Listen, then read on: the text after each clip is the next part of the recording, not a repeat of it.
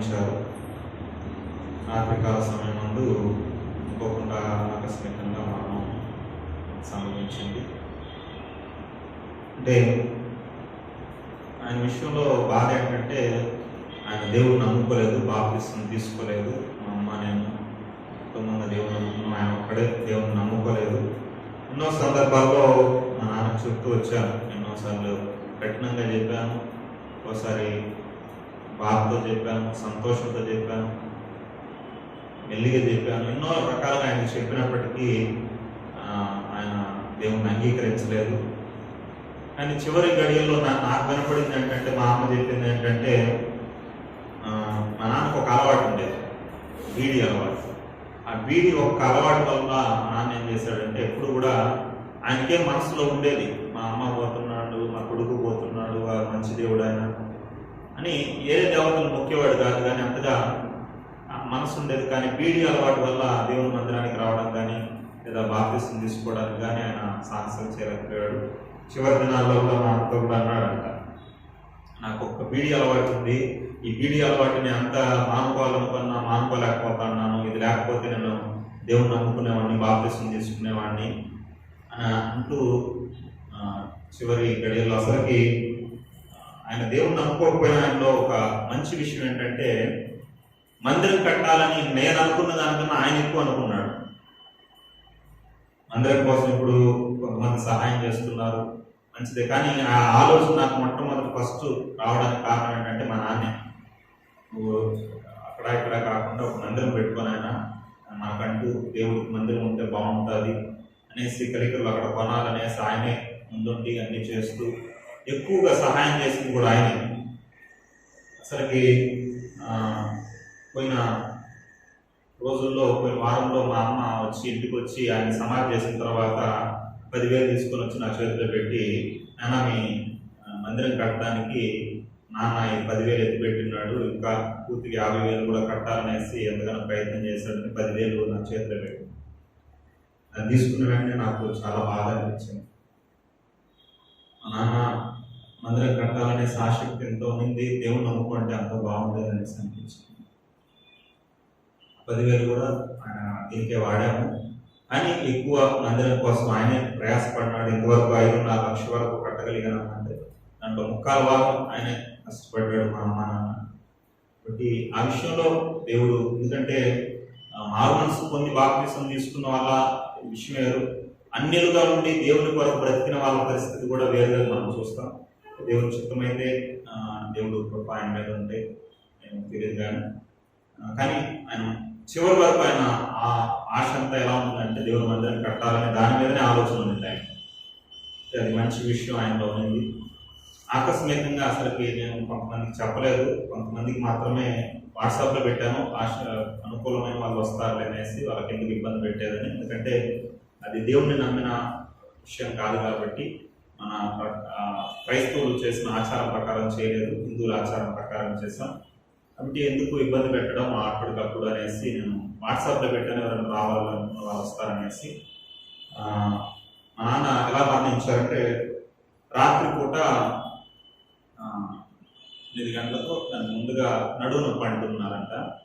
అంటూ ఉంటే ఇంకా మా వదిన ఆయన హాస్పిటల్కి తీసుకొని పోవడం జరిగింది.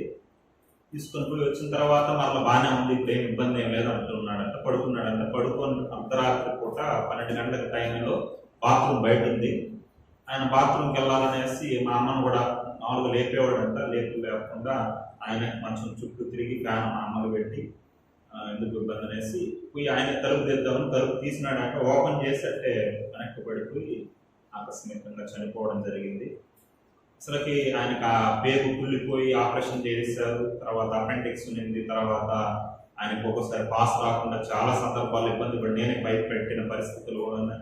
అలా ఎన్నో సందర్భాల్లో అసలు సన్నగా అయిపోయేసి ఆహారం తినకుండా చనిపోయే పరిస్థితులు ఉన్నాయి. అప్పుడంతా ఇలా జరగలేదు, కానీ ఇప్పుడు బాగా ఆరోగ్యంగా ఉండి మంచి అసలు లావు కూడా బాగా వచ్చారనమాట. ఇలాంటి గడియల్లో ఆకస్మికంగా అలా జరిగింది. ఏదేమైనప్పటికీ ప్రభు చిత్తం, నేను చెప్పగలిగినంత మా తండ్రికి చెప్పాను. దేవుని ఆయన కృపను బట్టి ఆధారపడింది. ఈ వారంలో మా నాన్న దినాలు ఉంటాయి. మంగళవారం బుధవారం పెట్టారు. బుధవారం తినాలంటే ఇంకా ఎవరైనా ఆసక్తి కలిగిన వారు కలుసుకోండి, దానికోసం ప్రార్థన చేయండి. కాబట్టి మా కుటుంబం ఆదరణ కొరకు కూడా మీ వ్యక్తిగత ప్రార్థనలో ఎత్తుపట్టి ప్రార్థన చేయవలసిందిగా మనవి చేసుకుంటున్నాను. ఏదైనప్పటికీ నేను ఒకటే ఎప్పుడు కూడా చెప్పేవాడిని, ఆరాధన అనేది ఆకూడదు. హల్లెలూయా. మా నాన్నకు నేనే తలకొరువు పెట్టాను. ఇంకోటి చెప్పాల్సింది ఏంటంటే, నేను హిందూ ఆచారం ప్రకారం చేశాను అన్నీ కూడా. చాలా మంది క్రైస్తవులు ఇబ్బందులు పడుతూ ఉంటారు. ఏ విషయంలో అంటే, మనం క్రైస్తవులం కదా, మన బంధువులు లేదా ఎవరైనా మనకు సంబంధించిన వాళ్ళు చనిపోతే వాళ్ళకి ఇలాంటి ఆచారం చేయడానికి చాలా ఇబ్బంది పడుతూ ఉంటారు. కానీ మీకు ఒకటి చెప్తున్నాను, ఇలాంటి విషయంలో అన్నిల దగ్గర మనం వేలెత్తి చూపించుకోకూడదు. ఎందుకంటే బైబిల్లో 2 విషయాలు దేవుడు ఎక్కడా కూడా మాట్లాడలేదు. ఏ విషయాలు తెలుసా? ఒకటి పెళ్లి గురించి, 2 చావు గురించి. పెళ్లి ఈ విధంగానే చేయాలనేసి ఎక్కడా బైబిల్లో చెప్పలేదు. రెండోది చనిపోయిన తర్వాత సమాధి కార్యక్రమం ఇలానే చేయాలనేసి బైబిల్ ఎక్కడా కూడా చెప్పలేదు. ఎందుకంటే అది అన్యుల ఆచారం, అది మనం చేయకూడదు అనుకుంటే వాస్తవంగా ఎత్తుకుంటే క్రైస్తవుల ఆచారం కూడా చేయకూడదు. ఎందుకంటే క్రైస్తవులు ఎక్కడ పెడతామా, బాక్సులు పెట్టి తీసుకుని పోతారు. కొన్ని కార్యాలు చేస్తూ ఉంటారు వాళ్ళు. అలా చేయాలనేసి బైబిల్లో కూడా లేదు. ఎందుకు అలా దేవుడు చెప్పలేదంటే, మ్యారేజ్ గురించి కానీ చనిపోయిన తర్వాత ఇలా చేయాలనేసి ఎందుకు చెప్పలేదంటే, ఒక్కొక్క చోట పెళ్లి చేసే విధానం ఒక్కొక్కలాగా ఉంటుంది. చనిపోయిన తర్వాత పాతి పెట్టే కార్యక్రమం ఒక్కొక్క చోట ఒక్కొక్కలాగా ఉంటుంది. అందుని బట్టి యూదులకు ఒకలాగా ఉంటుంది, క్రైస్తవులు రకరకాలుగా ఉంటాయి. అందుని బట్టి ఎక్కడ కూడా దేవుడు దాని గురించి మాట్లాడలేదు. కాబట్టి మీకు అలాంటి పరిస్థితులు ఏర్పడినప్పుడు ఏ విషయంలో కూడా ఇబ్బంది పడద్దండి. ఒకటి, మనం వేరే విగ్రహాలకు నమస్కరించకూడదు అంతే. మిగిలిన ఏదైనా మనం చేయడానికి తప్పేం కాదు. ఇంకోటి, మనం అక్కడ చేస్తూ కూడా మన హృదయంలో వాళ్ళు అనుకుంటుంది మనం విశ్వసించలా. దేవుడు ఏమన్నాడంటే, దేవుడు పై రూపాన్ని లక్ష్య పెట్టాడు, నీ హృదయాన్ని లక్ష్య పెడతాడు. నువ్వు హృదయంలో ఏమనుకుంటున్నావు అది చూస్తాడు దేవుడు. కాబట్టి నీ హృదయంలో ఏమనుకొని చేస్తున్నావు అదే చూస్తాడు దేవుడు. అందుని బట్టి మా నాన్న దినాల లేదా సమాధి కార్యక్రమం నా చేతుల మీదనే మా నాన్నకు నేనే చేయాలనేసి చేశాను. వాళ్ళు కూడా దేవుడి దగ్గరికి రావాలి, ఎందుకంటే క్రైస్తవులు అంటే వేరే వాళ్ళు కాదు, మనకు వ్యతిరేకంగా ఉండరు అని వాళ్ళు తెలుసుకోవడానికి అలా చేయడం జరిగింది. వాళ్ళ క్రమం ప్రకారమే దినాలు కూడా చేస్తున్నాం. కాబట్టి ఆసక్తి కలిగిన వాళ్ళు ఖచ్చితంగా దయచేసి వచ్చి కలుసుకోండి. సమయంలో మనం వాక్యానికి వెళ్దాం. ఏదేమైనప్పటికీ మనం వాక్యాన్ని వినడం మానేయకూడదు. హల్లెలూయా. నేను ఎప్పుడు కూడా చెప్తాను, నేను చనిపోయినా సరే ఎవరు నా దీన్ని చూడడానికి రావద్దని. ఫస్ట్ ఆరాధన చేసుకుని తర్వాత రండి. ఇంకా వీలైతే చర్చి ముందర పెట్టేసుకొని నా ఆరాధన జరిపించి మళ్ళీ నన్ను సమాధి భూస్థాపన చేయండి అని నేను ఎప్పుడు చెప్తాను. ఎందుకంటే దేవుణ్ణి ఆరాధించడం ప్రాముఖ్యం. హల్లెలూయా. ఇప్పుడు ప్రేమ దేవుని పిల్లల, దేవుని వాక్యాన్ని మనంతా ఈ సమయంలో మన జీవితాలను కట్టేది బలపరిచే దేవుని వాక్యం కనుక కొన్ని మాటలు పరిశుద్ధ గ్రంథం నుండి మనం విందాం. ఈ ఆలోచనలన్నీ పక్కన పెట్టేయండి, దేవుని వాక్యం దగ్గర మనం ఉంటాము. ఈరోజు మనం వినబోతున్న వాక్యాంశం ఏంటంటే, తేనె కంటే తీయనిది, సింహం కంటే బలమైనది ఏమిటి?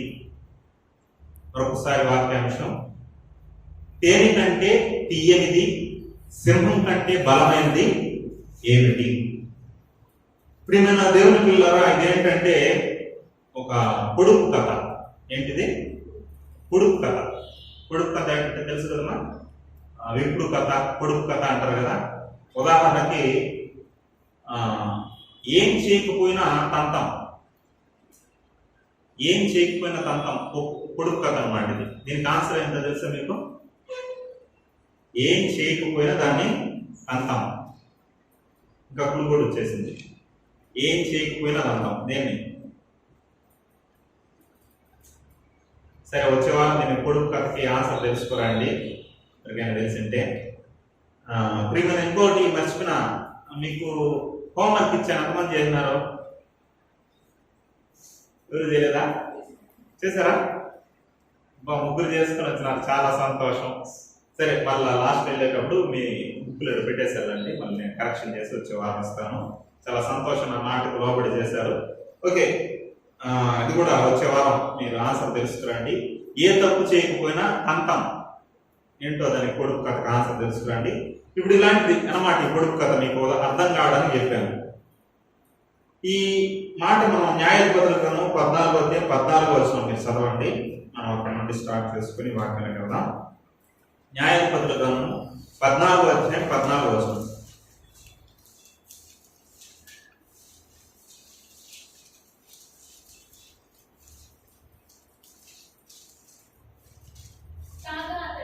కాగా అతడు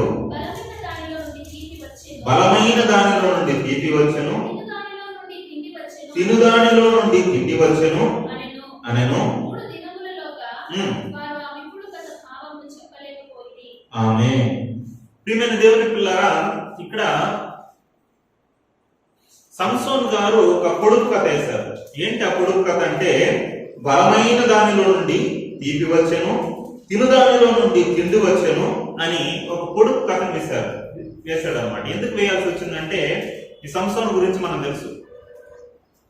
ఇంతవరకు పుట్టిన వారందరిలో చాలా బలవంతుడు. బైబిల్లో కూడా మనం చూసినట్లయితే గొప్ప బలవంతుడు ఎవరన్నా? తెలివి కలిగిన వాడైతే, జ్ఞానవంతుడైతే సొలొమోను. కానీ అతి బలవంతుడు, బలాఢ్యుడు ఎవరంటే సంసోన్ అని మనం చూస్తాం. ఈయన ఎందుకు పుట్టాడంటే, ఒక కారణంతో దేవుడు కారణ జన్ముడుగా ఇతను పుట్టించాడు. దేవుడికి వ్యతిరేకంగా జీవిస్తున్న, పాపం చేస్తున్న ఫిలిస్తీన్లను నాశనం చేయడానికి ఈ సంసోన్ని దేవుడు ఆ కాలంలో పుట్టించాడు. ఒక సంసోను ప్రతిష్ఠ చేయబడిన వాడుగా, వెంట్రుకలు కత్తిరించకుండా ఏం చేశాడంటే ఆయన దేవుడు నాజీరు చేశారన్నమాట. అలాంటి వ్రతంలో ఉన్నటువంటి సంసోన్ గారు ఒక కోరిక ఆయనకు పుట్టింది. ఏంటంటే ఆ తల్లిదండ్రుల దగ్గరికి వచ్చి చెప్తున్నాడు, అమ్మా నాన్న, నేను తిమ్నాథ్లో ఉన్న ఒక అమ్మాయిని ఏం చేశారంటే ఇష్టపడ్డాను, కాబట్టి ఆమెనే నేను పెళ్లి చేసుకుంటాను అనేసి అమ్మా నాన్నతో చెప్పాడు. రే నాయన, వాళ్ళు ఫిలిస్తీన్లు కదరా, సున్నత లేని వాళ్ళు, వారు దేవునికి వ్యతిరేకంగా జీవిస్తున్న ప్రజలు, వాళ్ళతో మనకేందిరా ఇది అంటే, లేదు నేను ఆమెను ఇష్టపడ్డాను, ఫస్ట్ చూపులో నేను లోబడ్డాను, ప్రేమలో పడ్డాను, కాబట్టి నేను ఆమెనే పెళ్లి చేసుకుంటాను అనేసి పట్టుబట్టాడు. చాలా మంది యవనస్తులు ఏం చేస్తూ ఉంటారంటే, ఇలా ప్రేమలో పడతా ఉంటారు. ప్రేమలో పడి విచిత్రం ఏంటంటే, వాడు ఒక చాక్లెట్ కొనిస్తేనో, ఒక ఐస్ క్రీమ్ కొనిస్తేనో వాడిని ప్రేమించడం మొదలు పెడతారు. ఏమో ఐస్ క్రీమ్ చాక్లెట్కే వాడికి అంతా ఇది చూపిస్తున్నారు కదా, అమ్మా నాన్న ఎప్పుడు ఏం కొనియలేదా? వాడికన్నా ఏం చేసి ఉంటారో ఎన్నో కొనిచ్చుంటారు చిన్నప్పటి నుండి. అవి గుర్తురావా? యవనస్తులు గుర్తురావాలి. వాడేదో ఒక చిన్న టూర్ తిప్పాడు అనేసి ఏం చేస్తారంటే వాడితో ప్రేమలో పడిపోతా ఉంటారు. అమ్మా నాన్న ఎన్నిసార్లు నిన్ను టూర్లు తిప్పింటారు, ఎన్నిసార్లు విహారయాత్రలు తీసుకుని పోయింటారు, అది గుర్తురాదా? గుర్తురాదు. వాడేదో బండి మీద ఒక రౌండ్ వేసాడు అనేసి నీకు అంత సంతోషం వేస్తుంది. మీ నాన్న చిన్నప్పటి నుండి ఎన్నిసార్లు బండి మీద తిప్పింటాడు. ఇలా ఇవన్నీ పక్కన పెట్టి అమ్మా నాన్న విడిచిపెట్టి వాడే నాకు ఇష్టం అనేసి వదిలిపెట్టి వెళ్ళే వాళ్ళు ఎంతో మంది ఉంటారు. కానీ ఇక్కడ సంసోన్లో ఒక మంచి లక్షణం ఏంటంటే, చెడ్డోడైనప్పటికీ ఒక మంచి లక్షణం కనబడుతుంది. ఏంటంటే, ప్రేమలో పడ్డప్పటికి ఏం చేశాడో ఆ విషయం వచ్చే అమ్మా నాన్నకి చెప్పించి ఒప్పించి తర్వాత తీసుకుని పోయినాడంట. సరే, మొత్తానికి అమ్మా నాన్నకి చెప్పాడు, తిమ్నాథ్లో ఉన్న అమ్మాయిని ఇష్టపడ్డాను, ఫిలిస్తీన్ అమ్మాయిని ఇష్టపడ్డాను అని వాళ్ళ బలవంతం పెట్టి తీసుకొని పోయాడు. తీసుకొని పోయే దారిలో ఒకసారి ఏం జరిగిందంటే, తిమ్నాథ్కి వెళ్ళేటప్పుడు ఆయనకి ఏమి ఎదురుపడిందంట, ఒక కొదమ సింహం గాండ్రిస్తూ ఆయనకి ఎదురుగా వచ్చిందంట. సింహం వస్తే ఏం చేస్తామా మనం? అడ్రస్ ఉండం అక్కడ. ఎందుకంటే అదేంటి, కుక్క కాదు, సింహం. గ్రామ సింహం అయితే పర్వాలేదు, కుక్క. అదేం సింహం? అడవి సింహం. ఆ మధ్యకాలంలో ఎక్కడో పులి వచ్చి, ఎక్కడది ఎక్కడో అక్కడ ఏం చేసిందంటే, వీడియోలు చూసాను, భయంకరంగా దాడి చేసి ఒక 5 మందినేమో దాడి చేసి ఏం చేసిందంటే, ఒక ఆయన ఫేసే లేకుండా అతని కనుగుడ్లు మొత్తం పీకేసంటే మొత్తం చీలిపోయింది అనమాట భయంకరంగా. ఫేస్ ఏం కనపడలా. ఒక ఆయన మొత్తం ఫేస్ మొత్తం తినేసింటే ఆయన పడుకుంటాడు, అసలుకి మత్స్యమిత్తం లేదానికి. అలా 5 మంది మీద దాడి చేసి భయంకరంగా ఒక ఆయనకి తల మొత్తం తినేసింది అనమాట, పైన ఉండేదంతా. భయంకరంగా దాడి చేసింది. ఒక పులి ఎదురైతే 5 మందిని అలా దాడి చేసి ఇలా చేసినప్పుడు ఒక పులి కన్నా శక్తివంతమైన సింహం వస్తే ఏమైనా ఉందామా? చాలా భయపడిపోతాం కదా. కానీ ఈయన ఏం చేశాడంటే తెలుసా, సింహాన్ని. ఇక్కడ సింహం ఎవరికి ఎదురొచ్చింది? మామూలు వ్యక్తి కాదు ఈయన ఎవరు? సింహబరుడు. ఎవరైనా సింహం ఎదురొస్తే ఏం చేశాడు తెలుసా? వెనక్కి పారిపోయాడు కాదనమాట. ఏం చేశాడంటే తెలుసా, ఆ సింహాన్ని 2 ముక్కలు చేసి ఆ పక్క ఒక ముక్క ఈ పక్క ఒక ముక్క పారేసి వెళ్ళిపోయాడు హ్యాపీగా. ఎంత బలవంతుడు చూడండి. సింహాన్ని ఒట్టి చేతులు చంపేశాడు, 6 చేతులతో ఒట్టి సింహాన్ని చంపేశాడు. అంత బలవంతుడు అనమాట. చంపేసి వెళ్ళాడు. మరలా 2 రోజులు అయిన తర్వాత మరలా ఆ రూట్లోని వెళ్లాల్సిన పరిస్థితి ఏర్పడింది అనమాట తిమ్నాథ్. అలా తిమ్నాథ్కి ఆయన ఒంటరిగా వెళ్తున్నప్పుడు ఇలా సింహాన్ని చంపేశాను కదా, ఏమైంది దాన్ని అనేసి ఆ సైడ్ అలా చూస్తే ఆ సింహం ఏమైందంటే తెలుసా, కొన్ని రోజులకి అది కుళ్ళిపోయేసి ఆ కళేబరం అంతా ఏమైపోయిందంటే ఎండిపోయేసి కుళ్ళిపోయేసి దాని ఎముకలు మాత్రం మిగిలాయి అన్నమాట. ఆ ఎముకలకి ఏం పట్టేది తెలుసా, తేనెటీగలు వచ్చి తేనె పట్టు పెట్టేదానికి. ఏం పెట్టేమా, చిన్న తేనె గూడు లాగా ఆ ఎముకల గూడు మధ్యలో ఆ సింహం గూడు ఎముకల గూడులో తేనె పట్టు పెట్టింది అనమాట. ఈయన ఏం చేశాడంటే సంసోను దాన్ని ఆ తేనె పట్టును తీసి కొద్దిగా ఆయన తిని కొద్దిగా వాళ్ళ తల్లిదండ్రులకు తీసుకుని పోయినాడు. అది మైండ్ లో పెట్టుకొని ఏం చేశాడంటే ఈయన పెళ్లికి వచ్చాడు కదా, పెళ్లికి వచ్చినప్పుడు అక్కడ ఈయనకి వాళ్ళ ఆచారం ప్రకారం ఈయన పెళ్లికి వచ్చినప్పుడు కొంతమంది వాళ్ళ బంధువుల్ని ఈయన చుట్టూ పరామర్శించడానికి స్నేహితుల్లాగా ఒక 30 మందిని ఏమో ఏర్పాటు చేశారు. మొత్తానికి ఏర్పాటు చేస్తే వాళ్ళని ఏం చేశాడంటే ఒక పొడుపు కథ అడిగాడు. ఏంటి ఆ పొడుపు కథ? ఇప్పుడు మనం చదివిన పొడుపు కథ ఏంటది? బలమైన దాని నుండి తీపి వచ్చెను, తిను దానిలో నుండి తిండి వచ్చిన ఏంటది అని అడిగాడు అన్నమాట. పొడుపు కథ వేశాడు. పొడుపు కథ వేసి 7 రోజులు చెప్పమన్నాడు. ఇప్పుడు వీళ్ళు ఏం చేశారు, 3 దినములలోగా వారు ఆ విప్పుడు కథ భావమును చెప్పలేకపోయారు. అలాగే ఆన్సర్ రాలా, విప్పుడు కథ చెప్పలేకపోయారు. ఇప్పుడు దాన్ని విప్పారనుకో నీకు ఈ బహుమానాలు నేను ఇస్తాను, మీరు విప్పలేకపోయారా, నాకు ఆ బహుమానాలు మీరు ఇవ్వాలని చెప్పాడు. కాబట్టి వీళ్ళు విప్పలేకపోయారు, దానికి ఆన్సర్ తెలియదా. అప్పుడు వీళ్ళు తెలివిగా ఏం చేశారు తెలుసా, కింద ఏమన్నారు 2:15 వచనం, సంసోను భార్య ఇట్లండ్రి ఇప్పుడు కదా భావం మీకు తెలుపునట్లు అతను లాభన చేయము, లేని ఎడల మేము అగ్ని వేసి నిన్ను కాల్చి వేస్తాము. ఏమి మీ భర్తను ఏమైనా ఆస్తిని స్వాధీనపరచుకోవడానికి ఏమైనా పిలిచాడు? వాడు ఏదో ఇప్పుడు కథ వేసాడు, మాకు భావం తెలియదు, ఇప్పుడు మేము చెప్పలేకపోతే మా ఆస్తిని అంతా వాడు తీసుకుంటాడు. కాబట్టి జాగ్రత్త, మీరు కానీ ఆ ఇప్పుడు కథకు భావం వాడి దగ్గర నుండి రాబట్టకపోతే ఏం చేస్తాం తెలుసా, నిన్ను నీ ఇంటిని తగలబెట్టేస్తాం అని పెళ్లి కూతురు వాళ్ళని భయపెట్టారంట ఫిలిస్తీయులు. కాబట్టి నువ్వేం చేస్తావో తెలియదు, లాలం చేయవాడిని. ఇంకా లాలం చేస్తే వాడు ఆన్సర్ చెప్తాడు, కాబట్టి లాలం చేయి, అంతే కదా. ఇంకా భార్య భర్త దగ్గర ఏ ఆన్సర్ అయినా లాలం చేసి ఇంకేదో ఒకటి చెప్తుంది. నేనంటే నీకు ఇష్టం లేదు కదా, నేనంటే ప్రేమ ఉంటే ఎందుకు చెప్పిండో, నేనంటే ప్రేమ లేదులే నీకు, నేనంటే ఇష్టం లేదులే నీకు అనేసి ఏదో మొత్తానికి అలిగో సలిగో మొత్తానికి లాలం చేసి ఏం చేసిందంటే ఆన్సర్ రాబట్టింది. రాబట్టి ఏం చేసి చెప్పింది, దానికి ఆన్సర్ ఏంటో తెలుసా, 18వ వచనం చదవండి. సూర్యుడు అస్తమింపక మునుపు ఆ ఊరివారు తేనె కంటే తీపి అయినదేది, సింహం కంటే బలమైనదేది అని అతనితో అనగా, అతడు నా దూడతో దున్నకపోయిన ఎడల నా విప్పుడు కథను విప్పలేకపోయి ఉందురని వారితో చెప్పాను. వాళ్ళు ఏం చేశారంటే ఆమెను పంపించి లాలన చేయించి సంసోను దగ్గర నుండి ఆన్సర్ రాబట్టేశారు.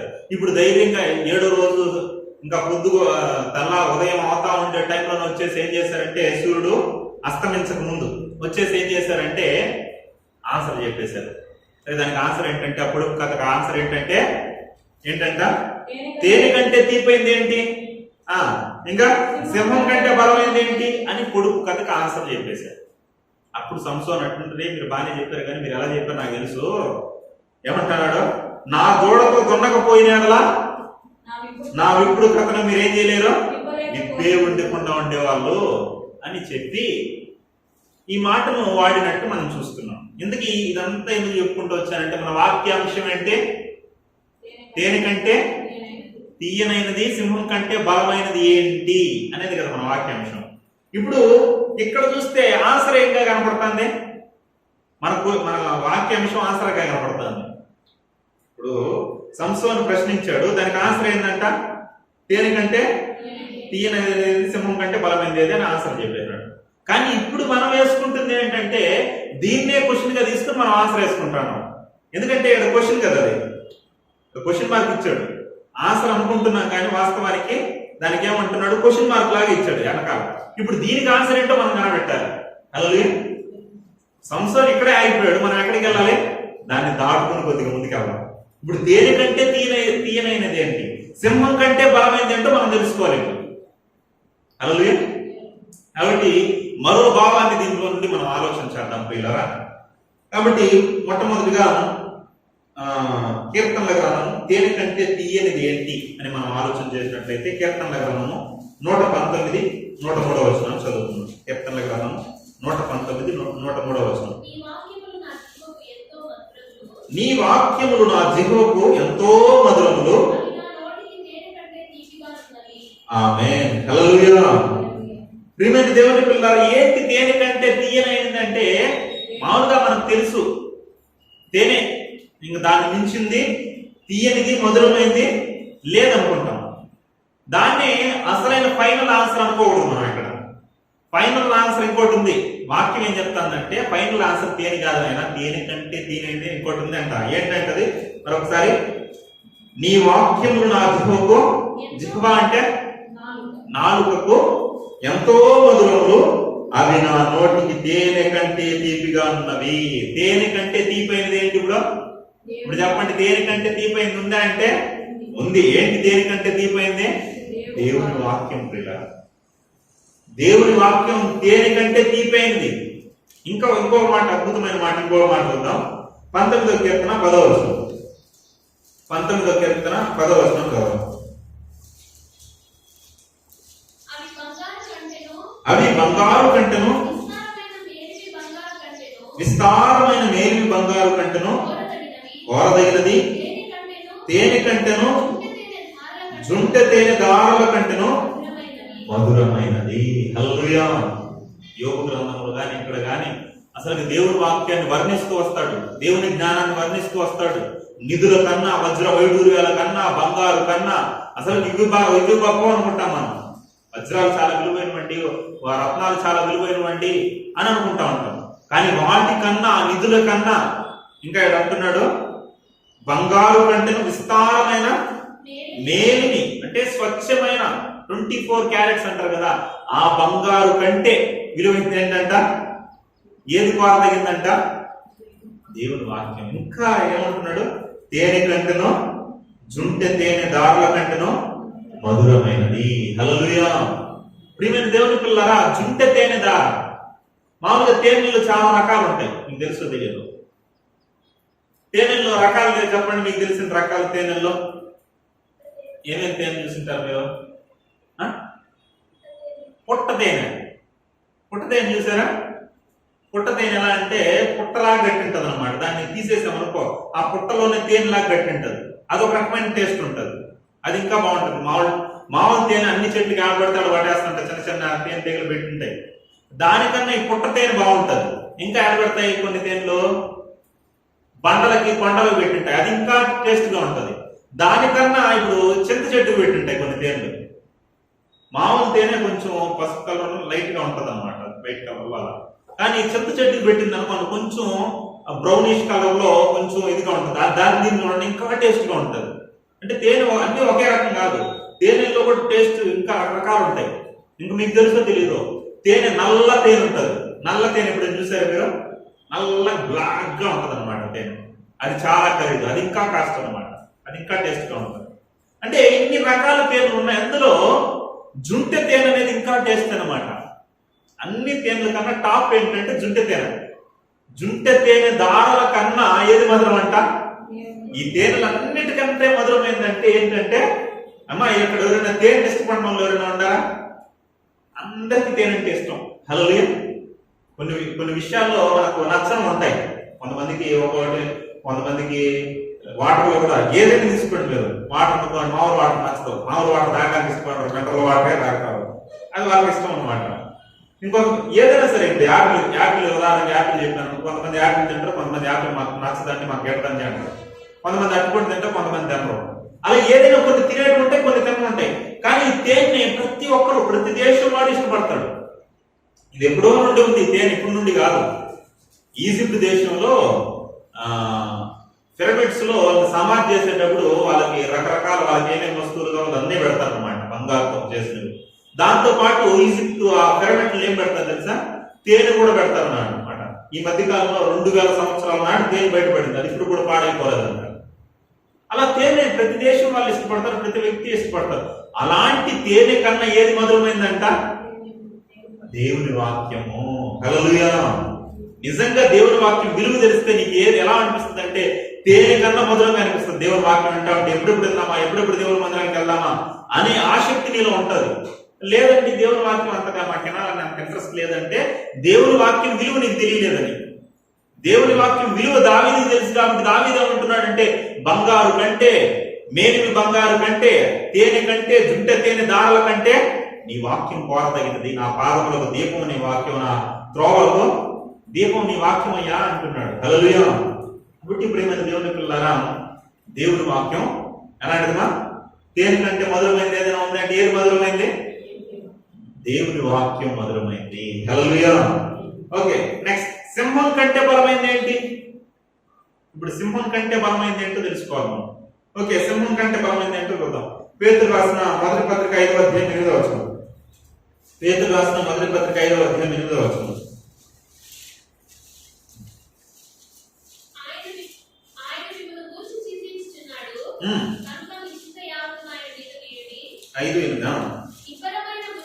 నిబ్బరమైన బుద్ధి గలవారై మెలకువగా ఉండుడి, మీ విరోధి అయిన అపవాది గర్జించు సింహం వలె ఎవరిని మృంగుదునా అని వెతుకుచు తిరుగుచున్నాడు.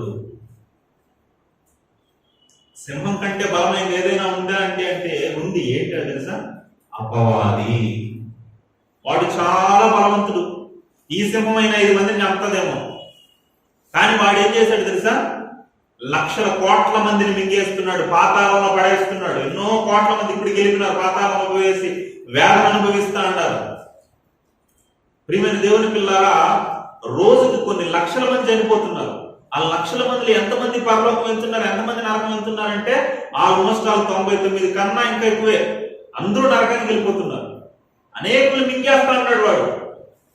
దేవుణ్ణి తెలుసుకోకుండా భ్రమలో ఉంచేసి ఈ యుగ సంబంధమైన దేవతగా వాడు ఉండి మనుషుల మనోనేత్రాలకు గుడ్డితనం కలుగు చేసినాడు. ఏం చేశాడు?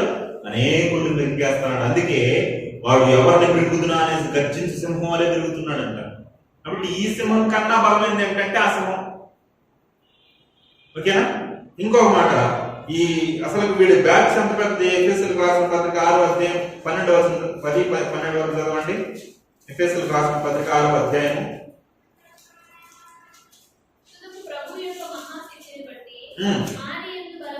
ఆయన యందు బలవంతులై ఉండుడి,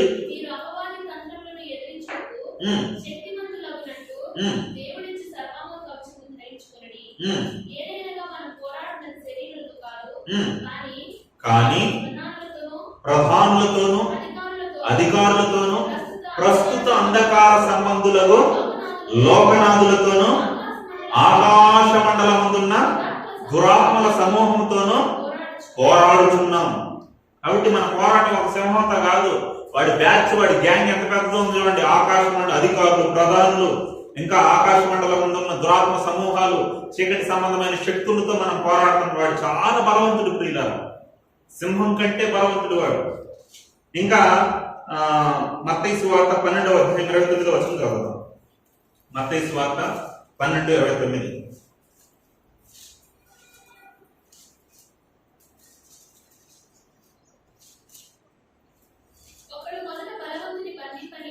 ఒకడు మొదట బలవంతుని బంధింపని ఎడల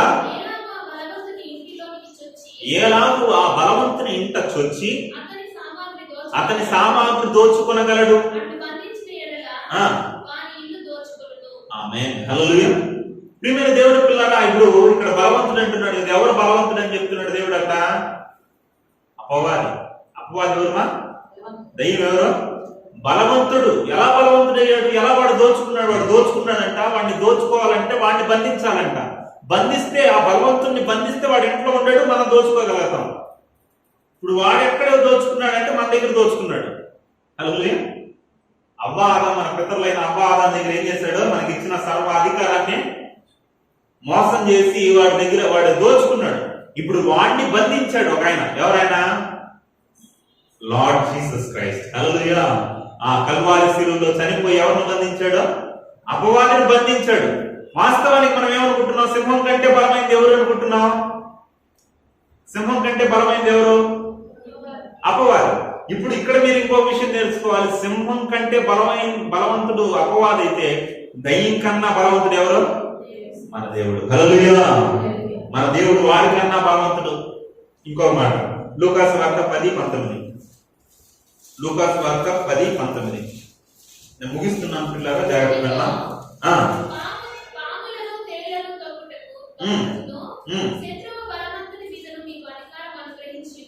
ఆమేన్. హల్లెలూయా.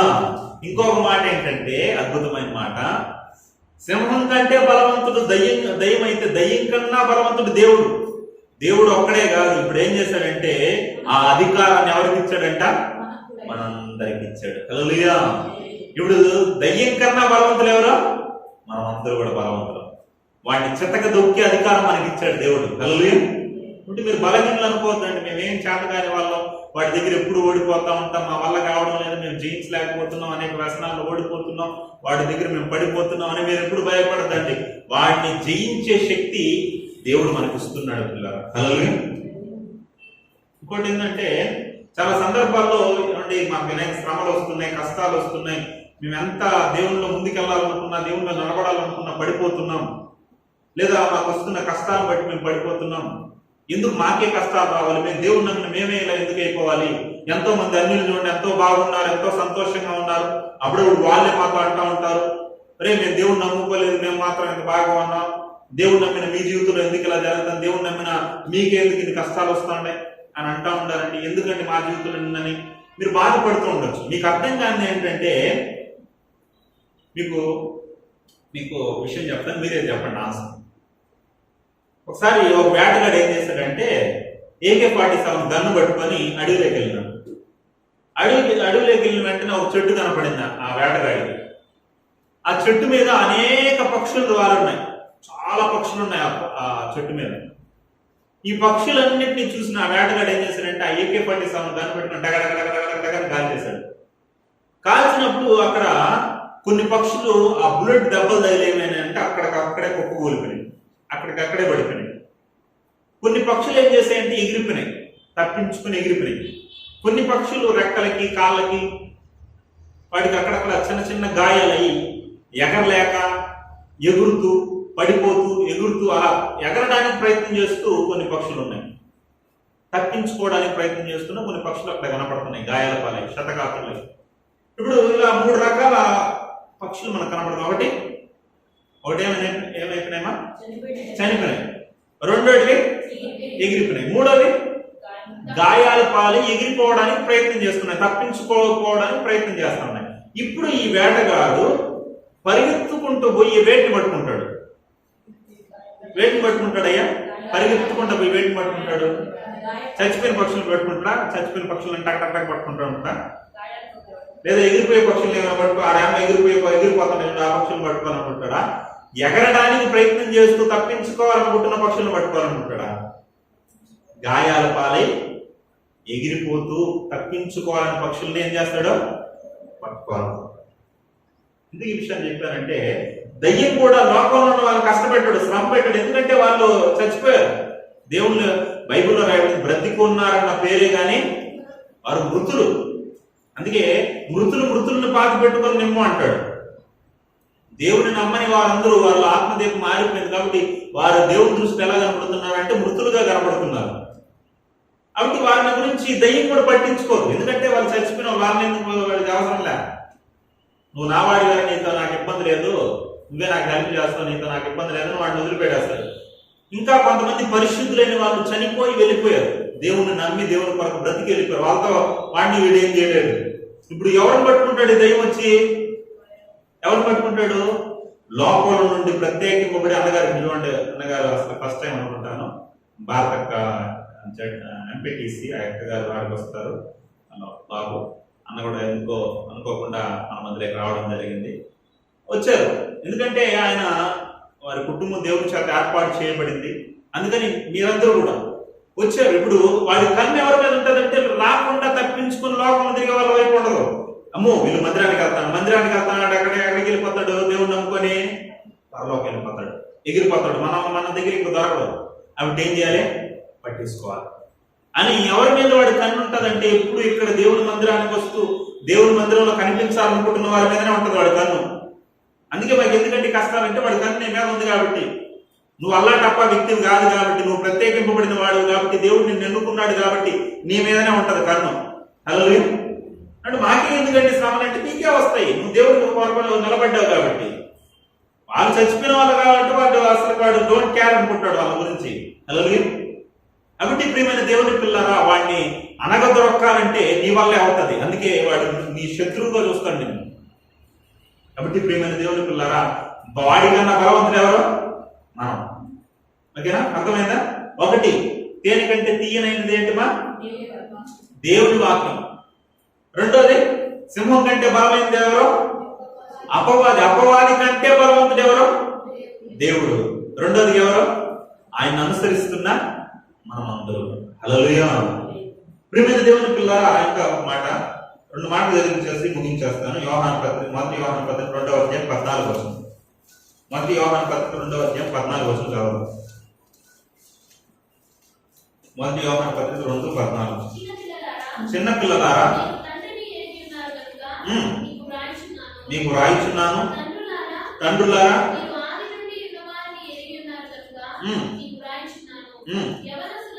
యవనస్తులారా మీరు బలవంతులు, యవనస్తులైన వారులారా మీరు బలవంతులు. దుష్టుని జయించి ఉన్నారు కనుక. ఆమేన్. ఎవరు జయించారు మా దుష్టుని? యవనస్తులు. మీరందరూ కూడా దేవుని పిల్లలు ఉన్న మీరందరూ ఏం చేశారు? అపవాదిని జయించారు, ఎదిరించారు. హల్లెలూయా. కాబట్టి బలవంతులు ఎవరు? అపవాది కన్నా దేవుని పిల్లలుగా మనం అందరూ కూడా బలవంతులు. ఇంకొకటి, మనం బలవంతులుగా ఉండాలంటే చివరిగా ఒక మాట మీరు చదివినట్లయితే యాకోబు పత్రిక 4:7. యాకోబు పత్రిక 4:7.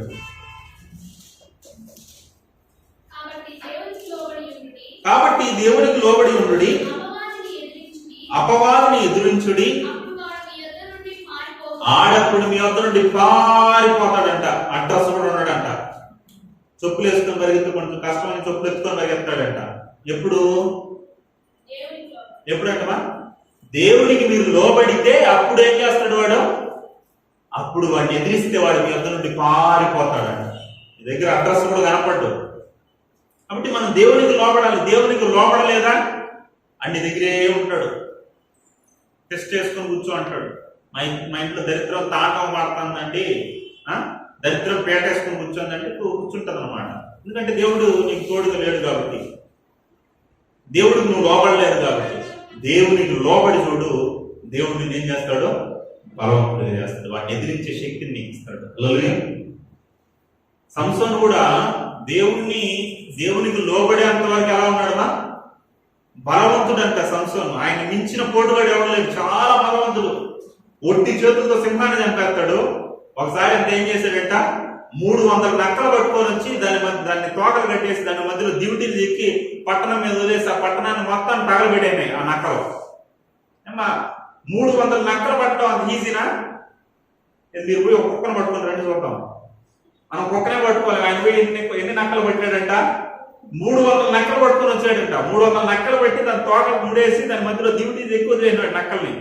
ఇంకా మంటకి ఆ నక్కలు ఎట్టబడితే వెళ్ళిపోయినాయి. అన్ని ఆ పంట చీరలన్నింటినీ తగలబెట్టేసాయి, ఫిలిస్తీన్ల పంట చీరలన్నింటినీ. ఎంత బలవంతుడు చూడండి. ఇంకొక సందర్భంలో ఏం చేశారంటే, ఆయన్ని ఆ దేశం యొక్క ఆ కోట గుమ్మ యొక్క తలుపులు ఉంటాయి కదా, తలుపులు ఎంత ఉంటాయమా? పెద్ద ఉంటాయి కదా, ఆ తలుపులు కట్టేస్తారు. తలుపులు కట్టేసి ఆయన ఏం చేశాడు తెలుసా? ఆ తలుపులు 2 చేతులతో 2 తలుపులు మీక్కుని, మామూలుగా మనం ఏం చేస్తాం, కొంచెం బురువలేసి దాన్ని ఆటనే వదిలేసి వెళ్ళిపోతాం. ఆయన ఏం చేసినాడు తెలుసా? ఆ తలుపులు 2టిని పీక్కొని కొండ మీద తీసుకుని అక్కడ ఇసిరేసి ఇంటికి వెళ్ళిపోయినాడంట. అంటే ఎంత బలవంతులు చూడండి. ఆ తలుపులు ఎంత పెద్దవి, వాటిని ఎత్తకపోయేసి కొండ పేటు మీద నుండి ఆ పక్క ఇసిరేసి ఇంటికి వెళ్ళినాడంటే ఎంత బలవంతులు చూడండి. ఇంకొక సందర్భంలో పచ్చి గాడి దవడ ఎప్పుడుతో ఏం చేశాడంట? 1000 మందిని చంపాడంట. 100 మందిని కాదు, నేను మగధీర కాదు, ఎవరైనా సంసోన్. హల్లెలూయా. నిజమైన మగధీరుడు ఏనే, నిజమైన బాహుబలి ఏనే. ఏదో సినిమాలు ఊరికట్టల్లా వాడు 100 మంది చెప్పాడు కాబట్టి ఇటు 200 మందిని, వాడు 1000 మందిని, ఇటు 2000 మందిని, 1,00,000 మందిని అని లెక్కలు వేసుకుంటూ వెళ్ళిపోతారు. కానీ అది పెట్టకథలో. కానీ ఇక్కడ రియల్ గా నిజమైన బాహుబలి. బాహుబలి అంటే అర్థం ఏంటి? భుజంలో బలం కలిగిన వాడు, నిజమైన భుజ బలం కలిగిన వాడు సంసోను. 1000 మందిని చంపాడంట ఒక పచ్చి గాడి దవడంతో. అంటే ఎంత శక్తిమంతుడు చూడండి. ఆయన గురించి ఎన్నో విషయాలు మనం చూస్తాం. అలాంటి బలవంతుడు ఏమైనాడమా? దేవునికి లోబడినంత వరకు సూరకార్యాలు, అద్భుతాలు, ఆశ్చర్యకార్యాలు ఆయన ద్వారా దేవుడు జరిగించాడు.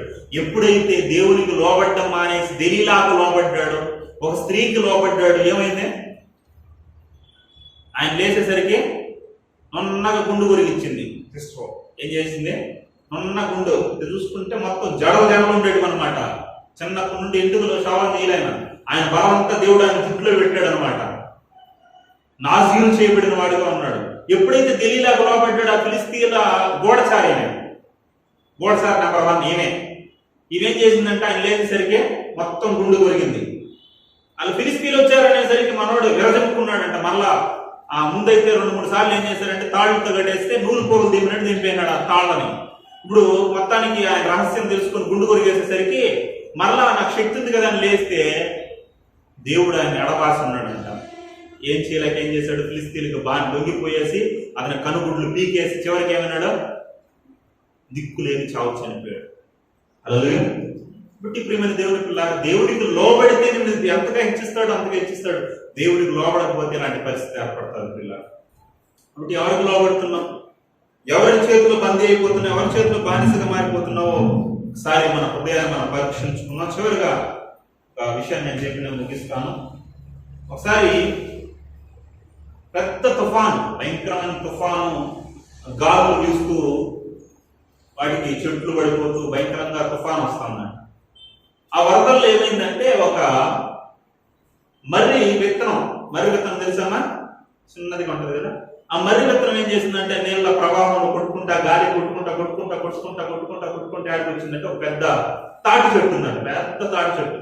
ఆ తాటి చెట్టు వేర్లు కడుకొచ్చి ఆగిందంట. వేర్లు కడుకొచ్చి ఆ వేర్లు పట్టుకొని ఆ నీళ్ళ కొట్టుకొని పోకుండా ఉందండి. అప్పుడు ఆ స్పర్శను గమనించిన ఆ తాటి చెట్టు ఏం చేసిందంటే ఆ మర్రి విత్తనాన్ని అనింది.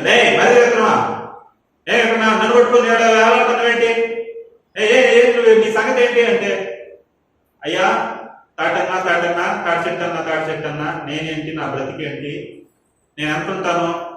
ఆవిడ చూసారమ్మా, ఆవిడ ఎంత ఉంటాను, ఇంత చిన్నవాడిని నేను. ఏదో తుఫాన్ వచ్చింది, వరదలు వచ్చాయి, దాంట్లో నేను దేన్ని పట్టుకోలేక కొట్టుకుంటూ వచ్చి నీ కాళ్ళ దగ్గరికి వచ్చానన్నా, నేనెంత వాడిని నీతో పోల్చుకుంటే నువ్వు ఆకాశం ఎత్తుండవు, నేనంతా నా బ్రతికెంత, ఏదో నువ్వు చోటిస్తే అలా బ్రతికేసి ఏదో నీ వరదకు తప్పించుకుంటాను నేను, కాబట్టి కనికరపడన్నా అంటే కొన్ని రోజులు ఉండేసి వెళ్తానన్నా అంటే, సర్లే నేను ముందుగానే మామూలుగా ఈ తాటి వృక్షాన్ని బైబిల్లో తాళ వృక్షం అనేసి, తాళ వృక్షం అంతా తెన్నని దానము అంటాడు పరమగీతం. అంటే మనల్ని దేంతో పోల్చాడు? మన నీతిమంతులకు సాదృశ్యం అంటే ఈ తాటి చెట్టు కానీ, ఖర్జూర వృక్షం కానీ, టెంకాయ చెట్టు కానీ, ఈ జాతికి సంబంధించిన ఎవరికి సాదృశ్యం? నీతిమంతులకు సాదృశ్యం. ఎందుకంటే ఈ తాటి చెట్టు కానీ, ఈ ఖర్జూర వృక్షం కానీ, టెంకాయ చెట్టు కానీ ఇవన్నీ ఎలా పెరుగుతాయమా? ఎలా పెరుగుతాయి? నిటారుగా చక్కగా పైకే పెరుగుతాయి. మిగిలిన చెట్లు ఉంటే ఎట్టబడితే ఎట్టపోతాయి, కొమ్మలు ఎట్టపోతాయి, భూములకు కూడా ఉంచుకొని పోతా ఉంటాయి, ఎట్టబడితే ఎట్టపోతా ఉంటాయి, దానికి ఒక ఆర్డర్ ఉండదు. కానీ ఈ చెట్లు, ఈ జాతికి సంబంధించిన చెట్లు ఎలా పోతాయి? ఆ సూర్యుడు వైపే పైకి, ఆకాశం వైపే ఎదుగుతాయి. మనం కూడా సూర్యుని వైపే ఎదగాలి, చక్కగా ఆయన వైపే చూస్తూ అనే దానికి సాదృశ్యంగా ఈ తాళ వృక్షం మనకు కనపడుతుంది. కాబట్టి ఈ తాటి చెట్టు మనకు సాదృశ్యం. ఈ తాటి చెట్టు అనిందంట, సర్లే నువ్వెంత, నీ బ్రతికెంత, 5 రోజులు కాకపోతే 10 రోజులు ఉండే సెల్లు ఏమవుతుంది నాకు ఉండవు అనేసి చెప్పిందంట. దేన్ని అనిందంట, ఈ మర్రి విత్తనం అంతా చెప్పిందంట. సరే అనేసి మర్రి విత్తనం అలా ఉండిందంట. ఈ తెమ్మకి దీనికి వాతావరణానికి ఏమైందంటే 5 రోజులు ఏమొచ్చిందంటే దానికి మెల్లిగా మొలక వచ్చిందంట. ఏమొచ్చిందంటమ్మా, మొలకెత్తిందంట. మెల్లిగా మొలకెత్తింది. తర్వాత కొన్ని రోజులు అయిన తర్వాత 10 రోజులు అయిన తర్వాత అడిగిందంట,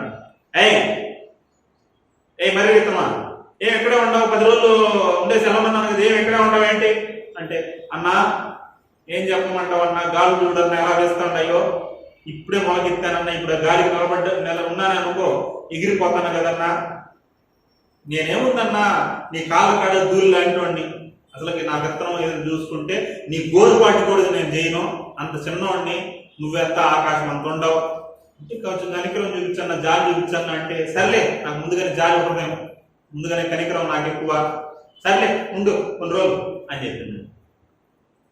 ఉండని చెప్పేసరికి ఈ తాటి చెట్టు మెల్లిమెల్లిగా ఎదుగుతా ఉందంట. ఆ దారి పోయే వాళ్ళందరూ మాట్లాడుకుంటా ఉన్నారంట, సరే ఈ తాటి చెట్టు ఒకటే ఉంటుంది కదా, ఇప్పుడు మర్రి చెట్టు కూడా దానికి తోడుగా తయారైంది కదా, మర్రి చెట్టు కూడా బాగా దాంతో సమానంగా ఎదుగుతుంది కదా అనేసి మాట్లాడుకుంటూ వెళ్తా ఉండేవాళ్ళంట. అలా కొన్ని సంవత్సరాలు గడిచిన తర్వాత ఒకడు వేరే వాడిని చూపించంటా అన్నాడు, రే ఇక్కడ తాటి చెట్టు ఉండాలి కదరా, ఇక్కడ తాటి చెట్టుని చూసానే అంటా అన్నాడంట. ఒకడు క్షుణ్ణంగా గమనించినోడు చెప్తా అన్నాడంట, రే నీకు కనపడినట్లేదు, చూడు అక్కడ ఉంది చూడరా తాటి చెట్టు 2 ఆకులు కనపడతాను చూడు, తాటి చెట్టు 2 ఆకులు కనపడతాను చూడు, ఆ మర్రి చెట్టు మధ్యలో కనపడతాను చూడు, అక్కడ కొమ్మ కొద్ది కనపడతాను చూడు అని చెప్తా ఉన్నాడంట. దేని చూసి, అక్కడ ఇప్పుడు తాటి చెట్టు లేదు, ఏం చెట్టు ఉందమ్మా, మర్రి చెట్టు ఉందాడ. ఏం చేసింది తెలుసా, ఈ తాటి చెట్టు మెల్లిమెల్లిగా ఆ తాటి చెట్టు మొత్తాన్ని అల్లేసి అక్కడ తాటి చెట్టు అడ్రస్ లేకుండా మర్రి చెట్టు తయారైంది. అక్కడ చూస్తున్న వాళ్ళందరికీ ఇప్పుడు తాటి చెట్టు కనపడలా, మర్రి చెట్టే కనపడుతుంది. ఎందుకు ఈ విషయం చెప్పానంటే, సాతాను కూడా మనం అవకాశం ఇస్తే వాడికి సంబంధించింది ఏదైనా ఒకటైనా మనలో ఉంటే ఏం చేస్తాడంటే దాన్ని 2గా 3గా 4గా చివరిగా అన్నయ్యగా మార్చేసి మనల్ని వాడితో కలిపేసుకొని పాతాలని తీసుకొని వెళ్ళిపోతాడు. కాబట్టి వాడికి మనం లోపడకూడదు. మనల్ని దేవుడు ఏం చేశాడు, బలవంతులుగా చేశాడు. కాబట్టి ఆయనకి మనం లోపడితే వాడు మనకు భయపడతాడు. హల్లెలూయా. కాబట్టి ప్రియమైన దేవుని పిల్లలు, అలాంటి దేవునికి లోబడి బలవంతులుగా ఉండి వాడిని ఎదిరించేవారుగా మనం ఉండాలి. కాబట్టి నేను ముగిస్తున్నాను. చివరిగా మరొకసారి, దేనికంటే తీయనిది ఏంటి, దేవుని వాక్యం. రెండోది, సింహం కంటే బలమైంది ఏంటి, అపవాది. అపవాది కంటే బలవంతుడు ఎవరు, దేవుడు. రెండోదిగా ఎవరు, దేవుని నమ్మిన, దేవుని అనుసరించే మనమందరూ కూడా వాడి కంటే బలవంతులం. ఎప్పుడు, దేవునికి లోబడినప్పుడు. హల్లెలూయా. కాబట్టి అక్కడికి మనం ముందు కొనసాగడం, ప్రార్థన చేసుకున్నాం. అందరూ కూడా కళ్ళు మూసి ప్రార్థన ఏకీభవిద్దాం. పిల్లరా, స్తోత్రం. విన్న మాటలను బట్టి మన జీవితాల్లో తీర్మానం మనం తీసుకున్నాం. పిల్లరా,